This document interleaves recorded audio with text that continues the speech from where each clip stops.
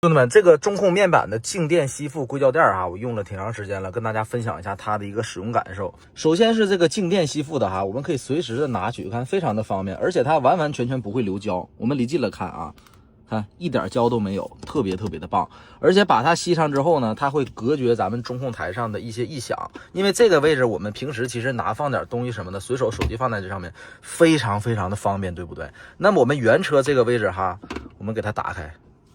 我们看一下啊，原车这个位置是这个声音，是吧？而且原车这个位置特别滑。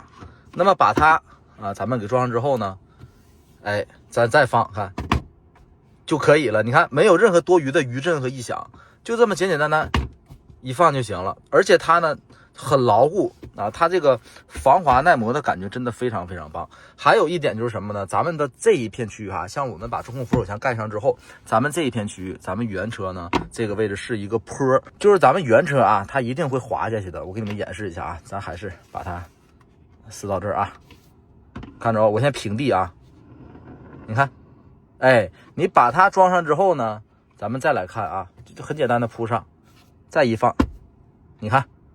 非常完美，真的，防滑耐磨，隔绝异响。还有一点就是这个哈是硅胶材质的，特别好清理，你不怕它脏，脏了我们拿湿巾一擦，它就干净了，都不用把它拆下来。